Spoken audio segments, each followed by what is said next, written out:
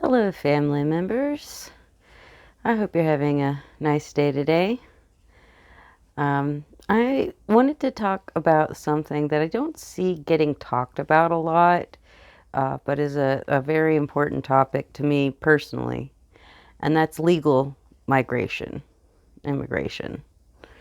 Um, a lot of times when people want to talk about immigrants to America, they almost exclusively talk about people who come here illegally. And, that's just not really um, representative of all immigrants. And so I want to talk about what I know about it. So, my first experience with legal immigration to the United States was when my sister from my second family that was from Zimbabwe, they lived in Zimbabwe at the time. Her brother had come stayed with us for his eighth grade year, and basically my mom had set it up so that she could come and do the same thing and spend a year um, living in West Virginia. And so everything was all set up. It was set up with the school. She had a place to stay, and everything was all set up. And at the last minute, it just couldn't happen because the US government wouldn't let her in the United States because she was from the wrong country. I guess the thinking is people in Zimbabwe don't want to go back to Zimbabwe, so if we let her come here, she's going to stay and never leave. Which, she was a child, she was basically coming as an exchange student. And, it didn't matter the fact that, she had a place to stay, school was set up, a community that was ready to receive her. None of that, They had to keep one child, from coming to the United States for whatever reason. It's ridiculous. My next real experience with legal immigration was my cousin married into a family from Venezuela, and her husband and his parents and his one sister had all legally migrated to the United States, but for whatever reason, they just would never let their other sister in, her other sister-in-law in the United States. And so eventually they temporarily settled in Canada. And then, once they had been in Canada for a while and, they had a family, small kids, all that, they just got settled and then they never left. And so basically they were functionally kept out of the United States by, being forced to settle elsewhere. And so, they didn't get to grow up seeing their grandparents and their cousins all that often because it was such a long distance from South Florida to, I think, Montreal, actually. It's a long way, right? And that's the reality of legal immigration. It's can be practically impossible, especially if you don't have a ton of money to start out with. And so it's so funny to me when people get angry about what they call illegals, like calling it's illegal to be a human being. That's like so ridiculous. But people who immigrate uh, not through legal channels, they're just like, well, they shouldn't break the law. They shouldn't come here without going through the proper channel. I'm like, have you ever tried that? Do you know how hard it is to actually legally migrate here? It's, I mean, functionally impossible for a lot of people because they don't allow people to immigrate here freely from the places they need to immigrate from, but they do allow people who don't need to immigrate here more access. I mean, it's so backwards. It's so backwards. And it's also just hilarious to me because, from an economic perspective, Migration, having new population move into your country is actually really, really good for your economy, there's people are going to come and work and consume and build communities, like we should want more people, not less.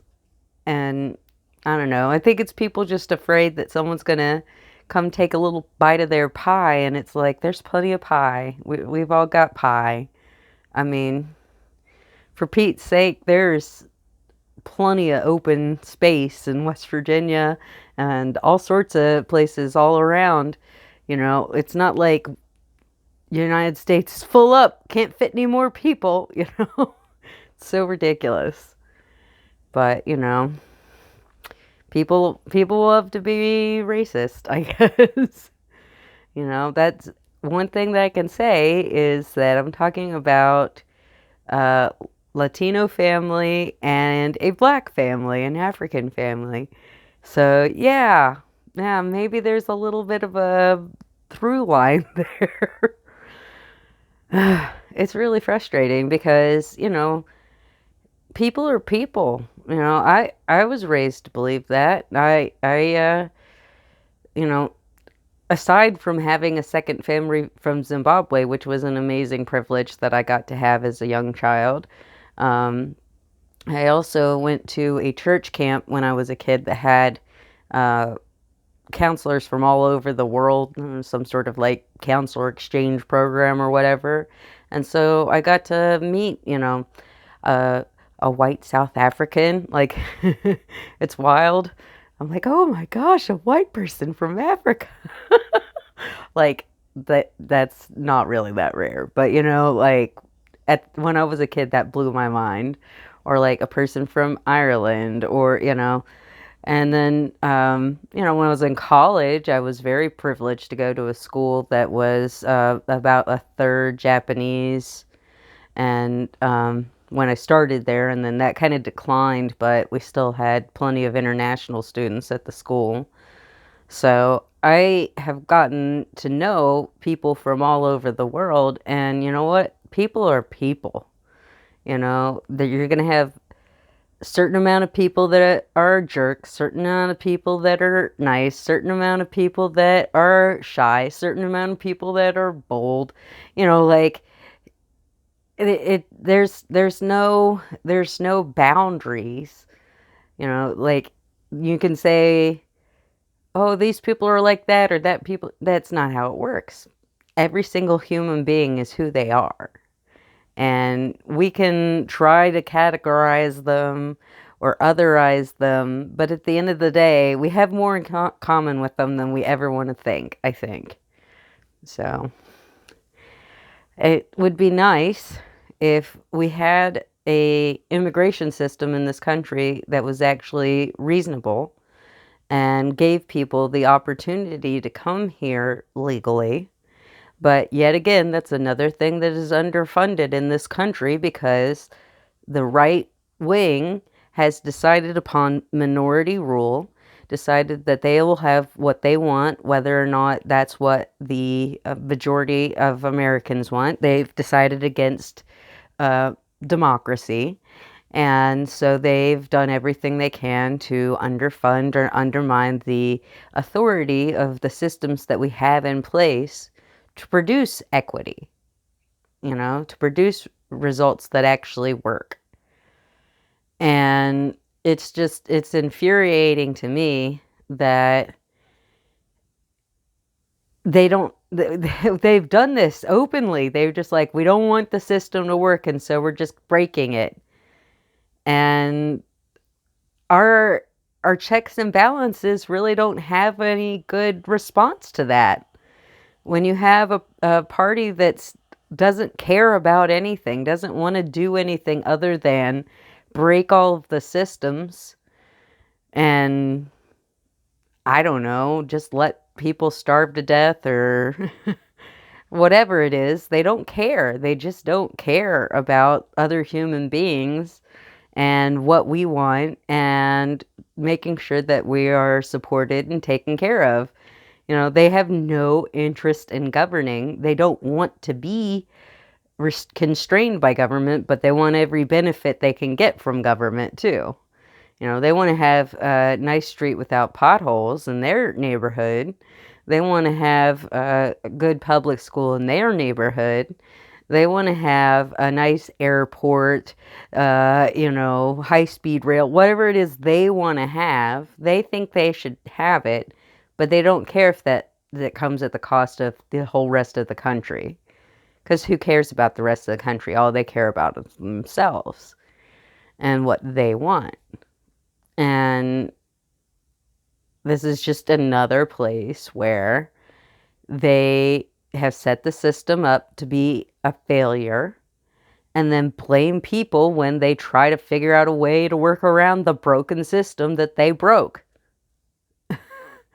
And it's not anything new. I mean, the story, the first story that I told there happened in the, you know, early 2000s.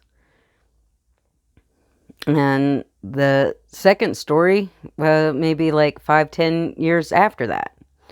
You know, this is a long-term problem, and it's going to take a lot of work to fix it. And finding the political will is dang near impossible, because as Donald Trump very happily took credit for bombing the last border security bill, because he likes being able to, you know, harp on illegal immigration, you know, or whatever you want to call it. He likes to make a big deal. He wants to campaign on it. He thinks it's a winning issue for him. And I don't see how it could be when, you know, he actually actively worked against any sort of solution being put in place. But, you know, people don't pay attention. You know, our country is pretty apathetic to politics.